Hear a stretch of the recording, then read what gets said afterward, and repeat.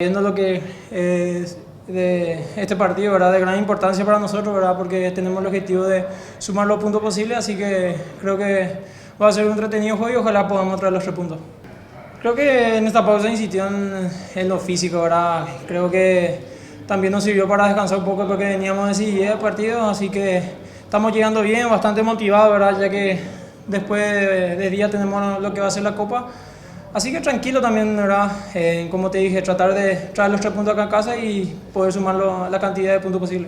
Y ahora mismo estamos pensando en el partido de Guaraní. Creo que nos iremos paso a paso, ¿verdad?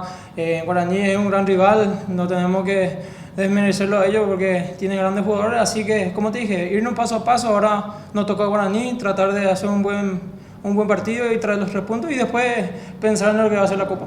Y el de Guaraní va a ser bastante difícil, ¿verdad? Ellos van a querer proponer su juego de tocar, de llegar tocando al área, así que nosotros tenemos que contrarrestar todo lo que ellos hacen y también hacer nuestro juego, ¿verdad? Hacer lo que el profe Rivera nos pide, tocar, triangular, hacer los de doble que estábamos practicando bastante, así que como te dije, va a ser un entretenido juego.